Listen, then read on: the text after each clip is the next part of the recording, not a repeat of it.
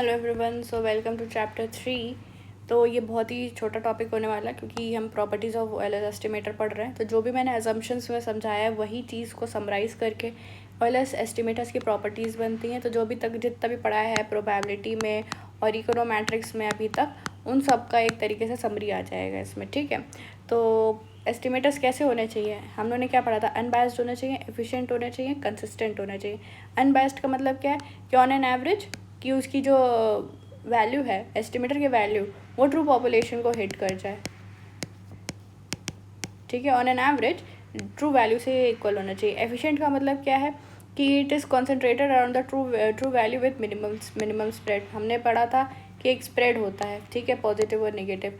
तो काफ़ी सारे सैम्पल्स, उनके काफ़ी सारे एस्टिमेटर्स हो सकते हैं, ज़रूरी नहीं एक ही एस्टिमेटर वैल्यू हो, राइट। उसकी काफ़ी सारी वैल्यूज़ हो सकती है। तो हम वो वाले वैल्यूज़ को चुनते हैं जिससे ये जो स्प्रेड है वो सबसे छोटा हो सके, ठीक है। जैसे मान लो मेरे पास 4 वैल्यूज़ हैं, ठीक है। एक ने इतना स्प्रेड दे रहा है, एक इतना स्प्रेड दे रहा है, एक इतना दे रहा है और एक इतना दे रहा है। सो मैं कौन सा चुनूंगी? दिस वन, क्योंकि ये स्प्रेड सबसे छोटा है।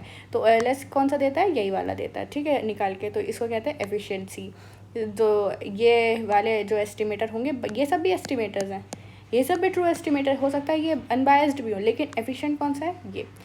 Consistent as a sample size grow, तो वही जो लॉ ऑफ लार्ज नंबर में पढ़ा था कि जैसे जैसे सैम्पल साइज ग्रो होता है तो जो भी सैम्पल वैल्यू की एवरेज वैल्यू होती है वो ट्रू वैल्यू से कन्वर्ज हो जाती है। तो ये एक छोटा सा डायग्राम का प्रेजेंटेशन है कि हाउ प्रेसाइज एंड अनबायस्ड या बायस्ड एस्टिमेटर्स लुक्स। प्रेसाइज का मतलब क्या होता है कि एक ही जगह क्लस्टर्ड होना, और इम्प्रेसाइज का मतलब होता है कि जब कहीं पे आप फैले हुए, मतलब आप किसी एक पॉइंट को प्रेडिक्ट नहीं कर पा रहे हो, आप बहुत एक रेंज में प्रेडिक्शन दे रहे हो, ठीक है। और अनबायस्ड का क्या मतलब होता है कि आपने जो ट्रू वैल्यू है ऑन एन एवरेज आप उसके अंदर हो, और बायस्ड का मतलब कि ट्रू वैल्यू से आप बाहर, ठीक है। Now what is an unbiased, ठीक है, वही चीज़ कि ट्रू पॉपुलेशन को रिप्रेजेंट करना चाहिए, ठीक है, ऑन एन एवरेज, ठीक है। और क्या क्या प्रॉपर्टीज़ होती हैं अनबायस्डनेस में कि जो आपकी एरर्स की जो एस्टिमेटेड वैल्यू है वो ज़ीरो होनी चाहिए, जो एरर और एक्स के बीच में जो कोवेरियंस है वो ज़ीरो होना चाहिए, which is zero covariance between X and U yes.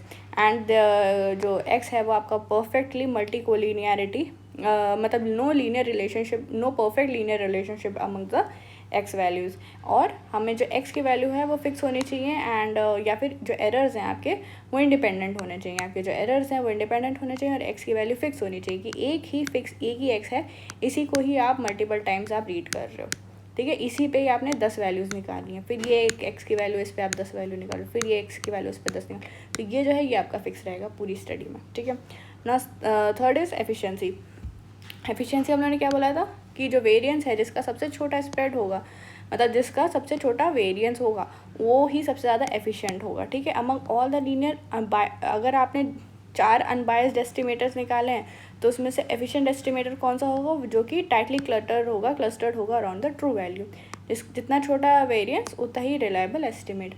और एफिशिएंसी के लिए क्या होनी चाहिए? होमोस्किडासिटी होनी चाहिए, एंड ऑटो कोरिलेशन। ये हम लोगों ने असम्पशन में पढ़ा था कि अगर ये नहीं होगा तो हमारा एज एस्टिमेटर क्या है वो बेस्ट नहीं होगा। सो यहाँ तक के लिए देखने के लिए थैंक यू। ये छोटी ही सी वीडियो है, एंड नेक्स्ट हम लोग पढ़ने वाले हैं डायग्नोस्टिक टेस्ट ओवरव्यू। सो मिलते हैं, बाय बाय।